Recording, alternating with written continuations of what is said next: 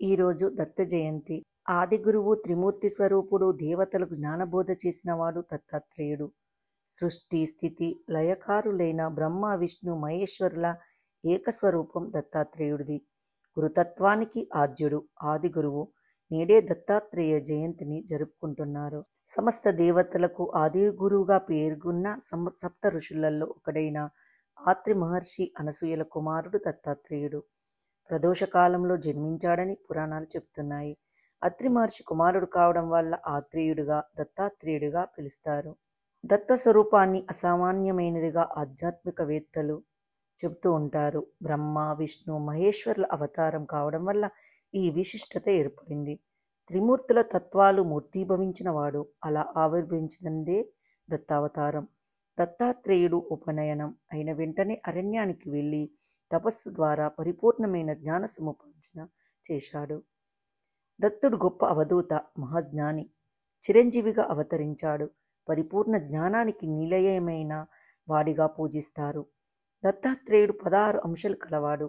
శ్రీపాద వల్లభుడు, నృసింహ సరస్వతి, అక్కలకోట్ మహారాజ్, మాణిక్య ప్రభు, షిరిడి సాయిబాబా, గజానన్ మహారాజ్, శ్రీకృష్ణ సరస్వతి మహారాజ్, వాసుదేవానంద సరస్వతిగా దత్తావతారాలుగా వెలిసినట్లు దత్తపురాణం చెబుతుంది.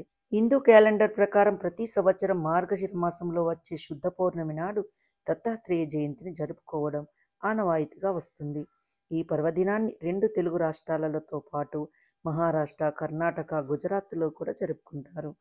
మహారాష్ట్రలోని అక్కలకోటలో ఏక్ముఖి దత్తాత్రేయుడి ఆలయం ఉంది. కర్ణాటకలోని కలబురగి జిల్లాలో గానగాపురంలో దత్తాత్రేయుడి ఆలయము, ఆశ్రమం ఉన్నాయి. మాణిక్య ప్రభుగా మహారాష్ట్ర, శ్రీపాద వల్లభుడి రూపంలో గుజరాత్లో దత్తాత్రేయుడిని పూజిస్తారు. పవిత్ర మాసాల్లో ఒకటైన మార్గశిరంలో సంభవించి పౌర్ణమి నాడు దత్తాత్రేయుడి జయంతి కావడం ఆధ్యాత్మికంగా దీనికి ఎంతో ప్రాధాన్యత ఉంది. వ్రతాలు చేస్తారు, నదులు, సముద్రాల్లో పుణ్యస్నానాలు చేస్తారు. అలా చేయడం వల్ల సకల దోషాలు పోతాయని, ఆయురారోగ్యం లభిస్తుందని భక్తుల ప్రగాఢ విశ్వాసం. అలాగే పేదలకు దాన ధర్మాలు చేయాలని ఆధ్యాత్మికవేత్తలు చెబుతున్నారు. దత్తపురాణాన్ని పఠించడానికి ప్రాధాన్యత ఇవ్వాలి. అందులో పొందుపరిచిన అంశాలతో దత్తాత్రేయుడిని పూజించాలి. త్రిమూర్తి స్వరూపుడు కావడం వల్ల దత్తాత్రేయుడిని ప్రసన్నం చేసుకుంటే బ్రహ్మ, శ్రీ మహావిష్ణువు, పరమేశ్వరుడి ఆశీర్వాదం లభిస్తుందని భక్తులు విశ్వసిస్తారు.